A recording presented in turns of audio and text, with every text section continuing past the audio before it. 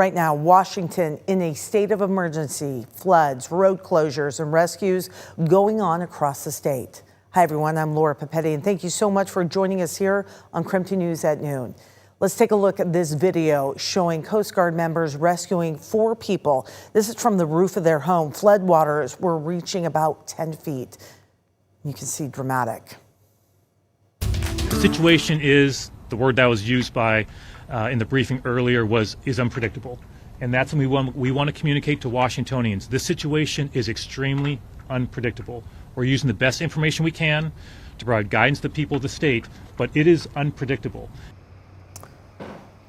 As Western Washington faces now record-breaking flooding, Governor Bob Ferguson, you just heard from him there, is predicting at least 100,000 people may have to evacuate. Flood warnings and watches, they all remain in effect today.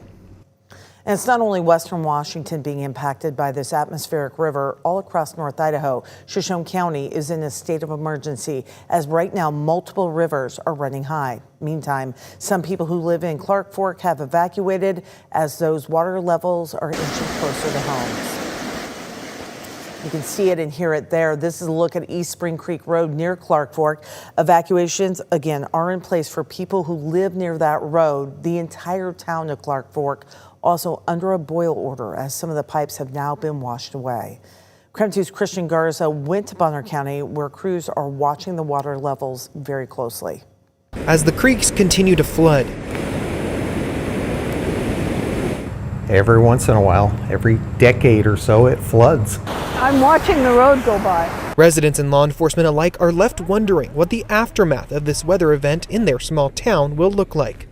We have a lot of roads washed out. Wes Johnson, the incident commander for Clark Fork Fire Department, says it's not just the roads, though. It's also the town's main water system that was washed away as well, causing a water boil advisory for the time being. CFFD says work started around 2:30 in the morning, evacuating close to 100 residents along the Spring and Lightning Creeks. Well, what's really made it difficult is our main road going in is not passable anymore. It's crumbled off into the river. 2 evacuation sites have been made available, one inside of Clark Fork and the other at the Sandpoint Fairgrounds. With more wet weather in the forecast, John says crews will be out all night making sure people are able to get back safely.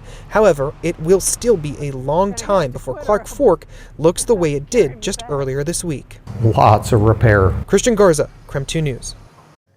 And right now, as we've been talking about, Shoshone County is under a state of emergency because of flood concerns. No evacuation orders yet, but already Silver Valley Fire and Shoshone County deputies had to rescue 3 people.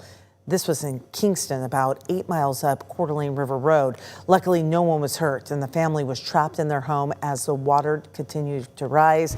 But luckily, those crews are amazing and were able to help. The flooding also reaching into Montana.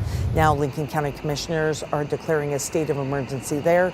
The sheriff's office requested that residents only travel when necessary because of potentially historic water levels. An emergency operations center is currently open. And it's not just the weather that's causing the floods. It's also sending boulders down mountainsides and onto roadways. This is Highway 21 in Idaho, the highway that goes east from Boise. Heavy rain started a major rock slide there. Both lanes are closed until further notice while crews work to try and clear the slide and get things through. Depending on the size of the event, we have a larger rock fall or a mudslide. Loaders, dump trucks, excavators, things of that nature are effective at removing that debris from the roadway. All right, so some advice from crews. If you're heading out this weekend, whether you're traveling east or west, just a reminder to check traffic maps before you go.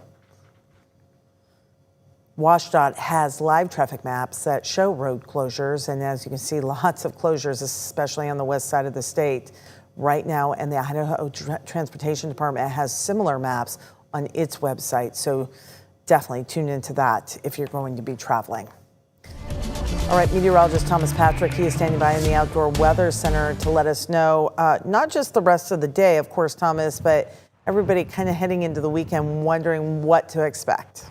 Yeah, I think the good news here is that these flooding instances, especially for North Idaho, will start to lessen for the rest of the day today and for the weekend. I think all of our rivers have crested, and we'll see those water levels slowly go down. The first piece of good news here is that the flood warnings for Clark Fork and all of Shoshone County were allowed to expire as of noon. The only flood warning that remains is for the Coeur d'Alene River at Cataldo. This is still above its flood bank and is forecasted to be so through tomorrow morning. But just realize that all these issues is because of all the recent rainfall and the snow melt primarily. In fact, there's not a whole lot of snow left, even on most of our mountaintops, and that's what's causing all these big issues, especially for the small streams.